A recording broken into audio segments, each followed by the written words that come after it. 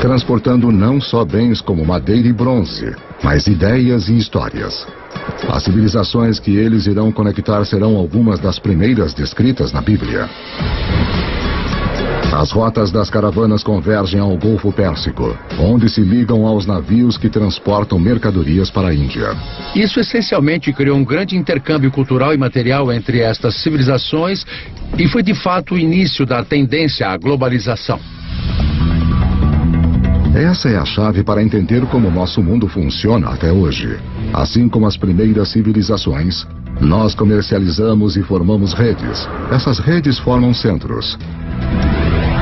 E ao longo da história, estar neste centro significou uma coisa.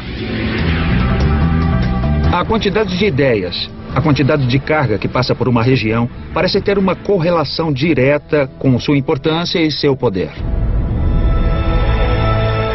Por volta de 2000 a.C., os seres humanos saíram de cabanas humildes para monumentos enormes. Na África, as grandes pirâmides surgem às margens do Nilo. Os primeiros estágios de Stonehenge surgem na Grã-Bretanha Antiga.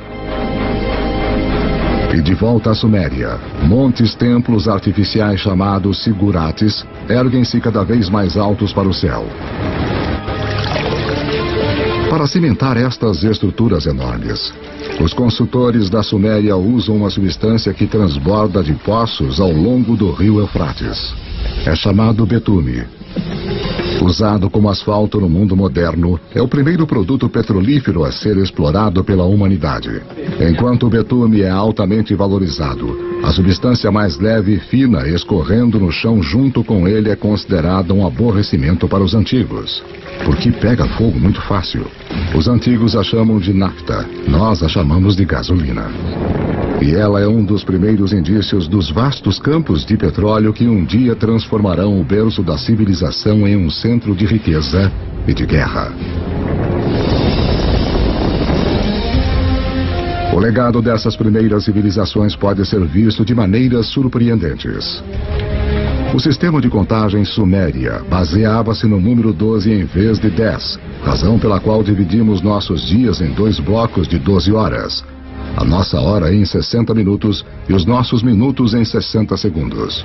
Os sumérios também provavelmente inventaram a roda, o que eventualmente leva a uma outra invenção que vai mudar o curso do mundo: a carroça. Então, se juntarmos a invenção suméria da roda com a domesticação do cavalo que ocorreu entre esses povos nômades, temos uma peça de tecnologia militar formidável. Por volta de 1200 a.C., um choque de civilizações que usavam carroças corta as rotas de comércio de cobre e estanho. Os metais necessários para fazermos ferramentas e armas de bronze, mas, felizmente, as estrelas nos deram uma alternativa: o ferro. Agora, os ferreiros fazem uma descoberta crucial.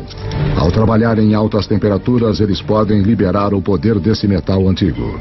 Mais fácil de afiar, 700 vezes mais comum na Terra do que o cobre, ele é um diferencial. A humanidade entra na Idade do Ferro.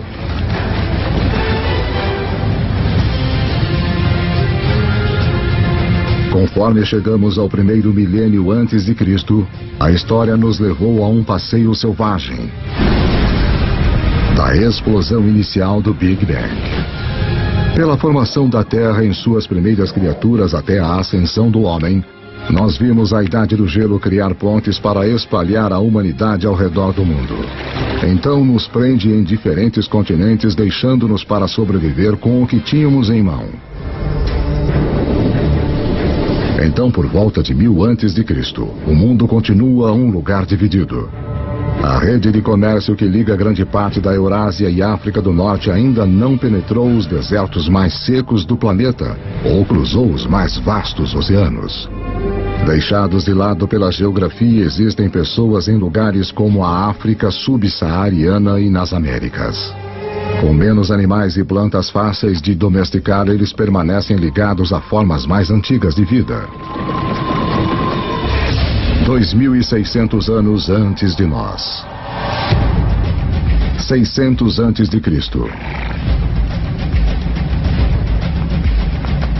A cavalaria havia chegado. Os humanos vão a cavalo para a batalha pela primeira vez. Nós vimos que apenas domar um cavalo dá ao homem uma enorme vantagem. Agora, associá-lo com armas de ferro nos torna quase invencíveis. Estes avanços na tecnologia não apenas tornam possível a capacidade de lutar, eles tornam impérios possíveis. 323 a.C. E essa é a história dos milênios seguintes. Com novas tecnologias e logística melhorada, os impérios se espalham, unindo enormes áreas de terra sob um controle central. Conforme os impérios crescem, crescem também novas crenças. Um fenômeno interessante que vemos com o surgimento desses impérios é a ideia do monoteísmo. É a ideia de um Deus universal que se desenvolve com o tempo e é um fenômeno. O judaísmo emerge, do qual nós eventualmente obtemos o cristianismo e o islamismo. O budismo e o hinduísmo também surgem. As 5 grandes religiões de hoje têm suas raízes nesta era notável. Dinastia Han. Apesar dos impérios se espalharem, algumas grandes potências permanecem isoladas. A ascensão dos Himalaias 50 milhões de anos antes deixou a China fora do comércio com o resto do mundo. Mas isto está prestes a mudar. Dinastia Han. Por volta de 100 a.C., o imperador chinês envia um emissário para o oeste em busca de alianças. As rotas que ele viaja vão se tornar as rotas da seda. Dinastia Han. Uma rede de comércio enorme que liga a China pela Ásia Central até o Império Romano. A China junta-se ao mundo. Império Romano. Pelo que sabemos, nenhum comerciante chinês conhecia um romano, nenhum romano conhecia um chinês. Pelo menos nesse primeiro período das rotas da seda. Mas aí este vasto comércio começou a explodir. Entre cerca de 100 a.C. e 200 depois de Cristo, temos 3 séculos de intercâmbio comercial e cultural num nível que não havia sido visto antes da história humana. Mas esta nova rede humana também desencadeia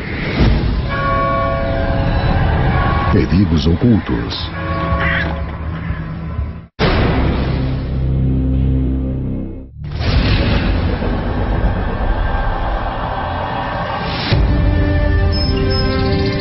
No início da Era Comum, grandes impérios apareceram, e uma enorme rede de comércio conecta grande parte da Europa e da Ásia. Mas as rotas de comércio também carregam uma ameaça invisível. A doença. Enormes epidemias que alguns culpam por derrubar tanto o Império Romano como a dinastia Han da China.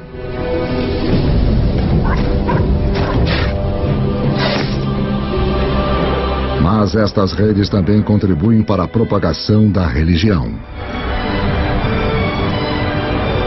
Em 312 d.C., o imperador romano Constantino converte-se ao cristianismo, abrindo o caminho para torná-lo a religião dominante da Europa e do Ocidente.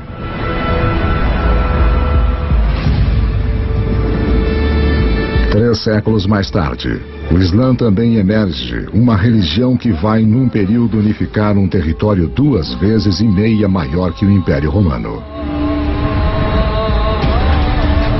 O comércio árabe irá impulsionar a inovação para os próximos 1000 anos e expandir a rede global para lugares que nunca havia ido antes. Os árabes se localizam no meio da Afro-Eurásia. Tem comerciantes árabes que estão navegando para a China. Tem comerciantes árabes viajando até o Oceano Atlântico.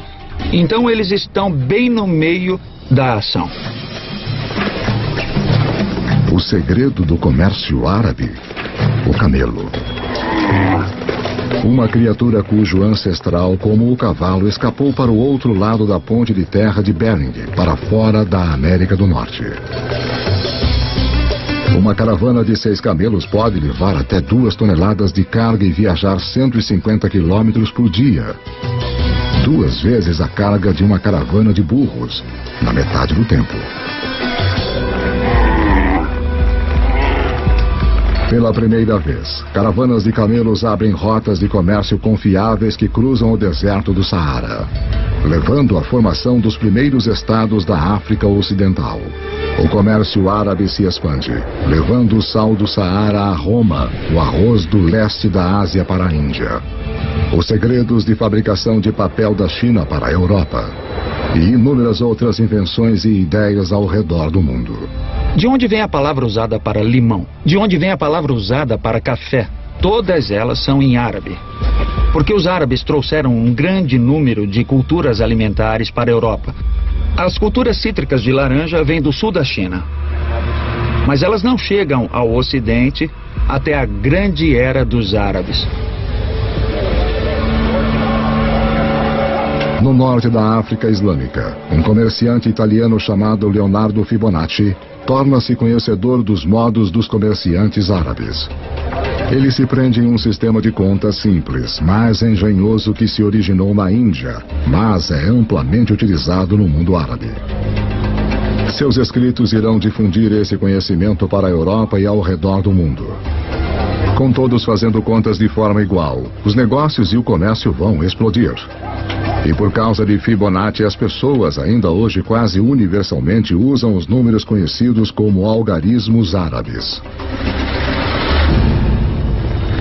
Mas há outra ideia que os comerciantes árabes vão espalhar. Algo ainda mais influente.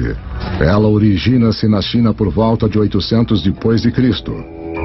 Um alquimista chinês em busca de uma fórmula para a vida longa se depara com a química que pode levar à morte súbita.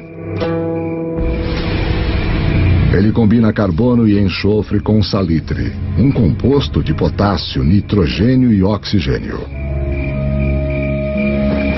Forjado nas estrelas, esses elementos agora se juntam para fazer pólvora. A receita da pólvora no final vai para o Ocidente pelas rotas da seda até o mundo islâmico, onde os guerreiros muçulmanos vão usá-la para disparar balas de canhão contra os cristãos das cruzadas.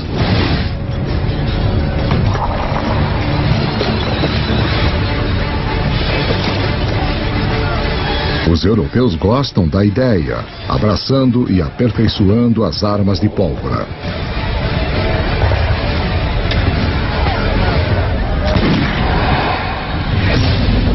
"500 anos antes de nós. 1492 depois de Cristo. Há cerca de 400 milhões de pessoas no mundo, mas ele ainda é dividido em 2. Nas Américas, as civilizações dos astecas, maias e incas estavam no auge. Enquanto do outro lado do mundo, como resultado da queda de Roma, a Europa estava rachada como um ovo em estados individuais. Para o italiano Cristóvão Colombo, isso significa que ele pode pedir financiamento para uma sucessão de governantes europeus. Até que ele finalmente convence o rei e a rainha da Espanha a apoiarem as suas expedições. Foi necessária toda a história da Terra para que a viagem de Colombo fosse possível. Para seguirem ao vento, ele usa velas triangulares, uma tecnologia copiada dos árabes. Para guiá-lo, a bússola, uma invenção da China. E para orientar a agulha, um campo magnético criado pelo núcleo do planeta em si. Apesar de Colombo estar à procura de uma nova forma de chegar à Índia, ao invés disso, o que ele faz é finalmente e para sempre ligar as duas metades do mundo. A viagem não é apenas significativa na história americana. Como você verá, é um evento crucial para toda a história humana. Nada jamais será igual.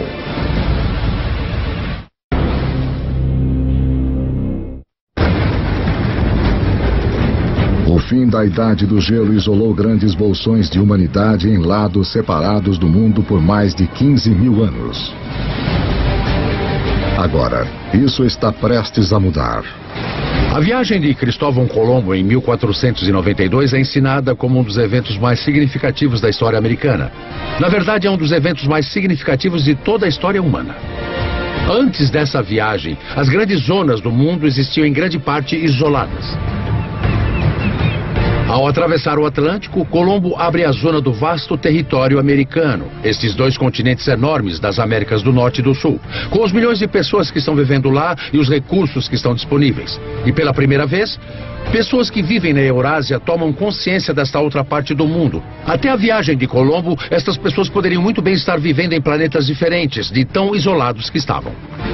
A rede de comércio que começou com as primeiras civilizações conectou a Europa, a Ásia e a África, agora chega através do Atlântico. Nesta nova e vasta rede global, novos centros se formam. E mais uma vez, o poder vai mudar. Nos últimos 2000 anos, em geral, a Europa não foi tão importante. Então nós entramos na Era de Colombo, e adivinha só, este é exatamente o momento em que vemos a ascensão do Ocidente. É aí que o Ocidente começa a assumir, quando ele se encontra completamente no centro da maior rede de comércio que o mundo já viu. Agora os alimentos que tinham se isolado nos continentes desconectados começam a se mover ao redor do mundo. O milho das Américas aparece no Egito e na China. As batatas dos Andes se mostram perfeitamente adequadas aos solos da Irlanda e da Rússia.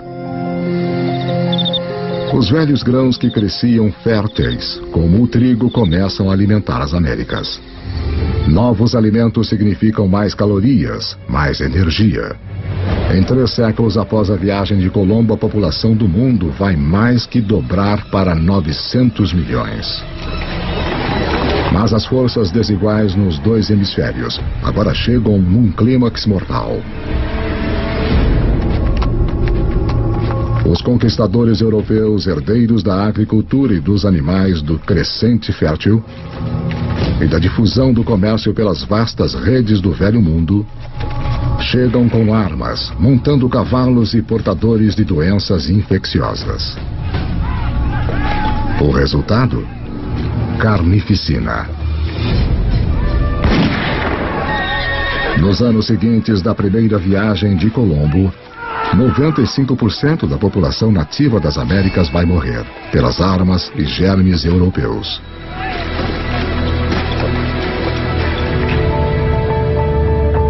Depois que os hemisférios se conectam, nada mais será igual.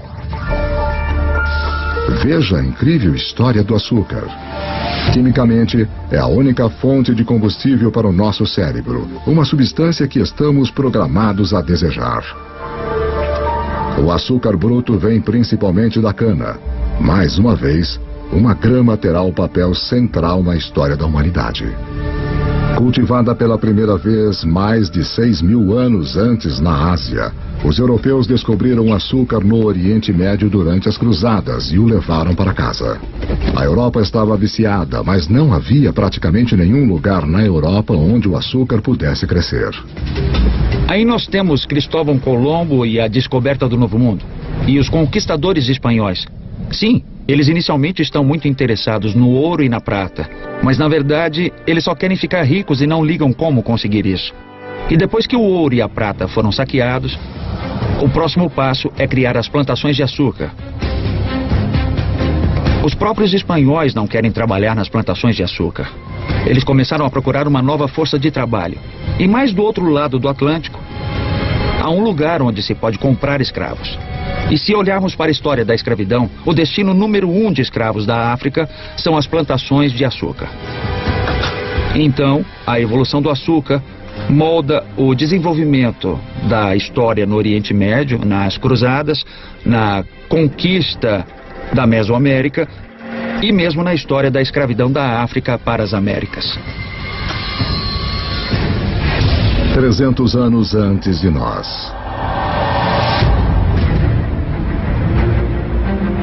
No ano de 1700, a humanidade atingiu um muro. A maioria dos seres humanos continua tendo uma vida simples, mais que nossos antepassados. Quando você pensa no mundo em 1700, a maioria das pessoas eram agricultores. Praticavam agricultura de subsistência em pequena escala. A maioria das fabricações eram feitas em oficinas. Em 1700, demora mais de um ano para a carga e a informação circular o planeta. Mais tempo do que demoraria hoje para chegarmos a Marte. O que nos impede é a forma que dispomos de nossa energia. No Egito de 2000 a.C., 90% de todo o trabalho era feito por músculos humanos, com animais no restante.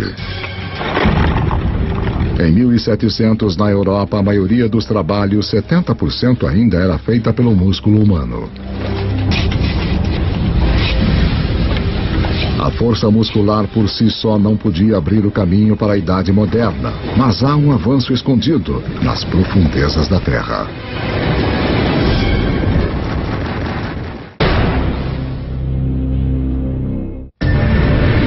Enquanto a nossa história do mundo em 2 horas chega a um final, a humanidade atingiu um muro.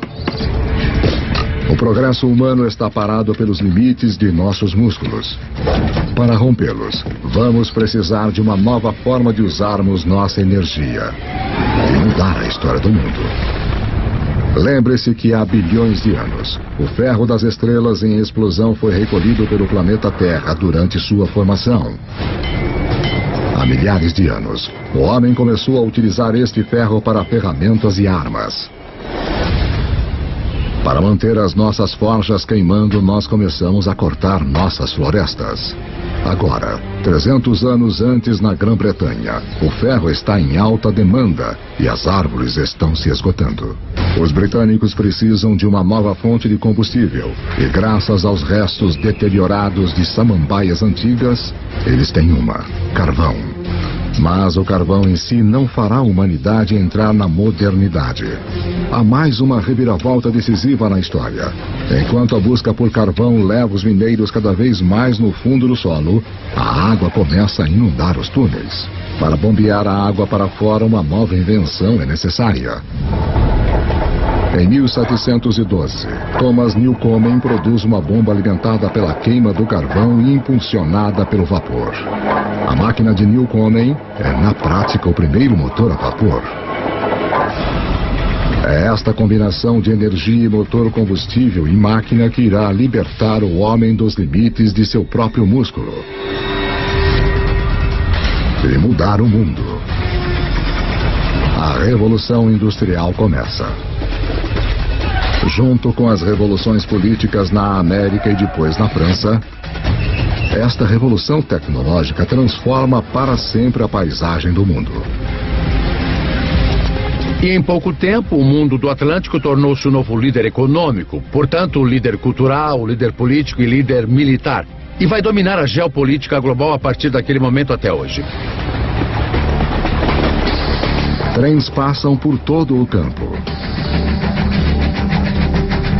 Na década de 1870, o motor a combustão interna chega e os alemães inventam a sua grande novidade, o automóvel.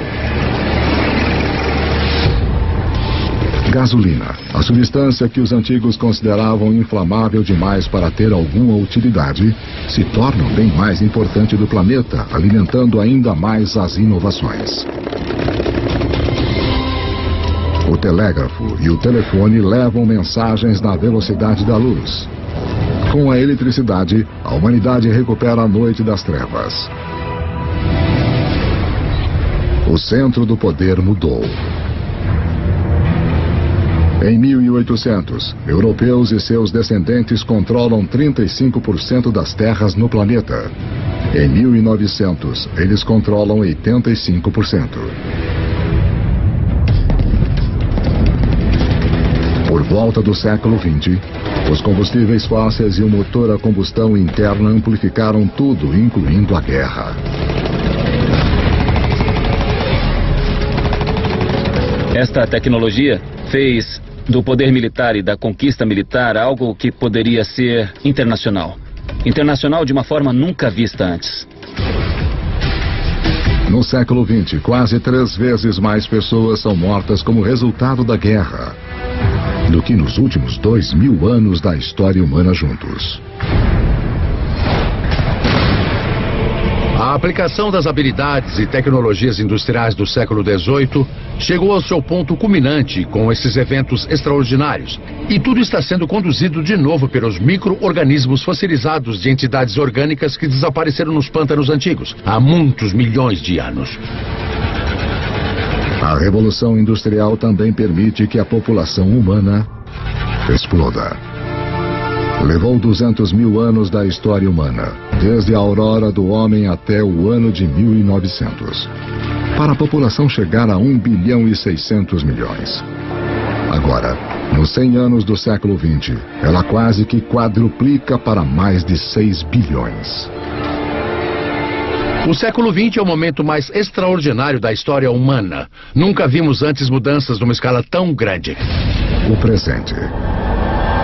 Em 31 de outubro de 2011, o número total da população da Terra atingiu os 7 bilhões. Nós somos os jogadores dominantes no planeta. Aprendemos a aproveitar 50 mil vezes mais a energia do que nossos antepassados de apenas 10 mil anos antes. Essa energia impulsiona nossas vidas movimentadas numa rede literalmente mundial, que, como vimos, esteve na estrada sempre que os seres humanos andaram pela Terra. Nossa história de 2 horas está chegando ao fim. Uma história que começou, na verdade, há 14 bilhões de anos. Com um pequeno universo, onde tudo estava em um só lugar. Em seguida, o Big Bang.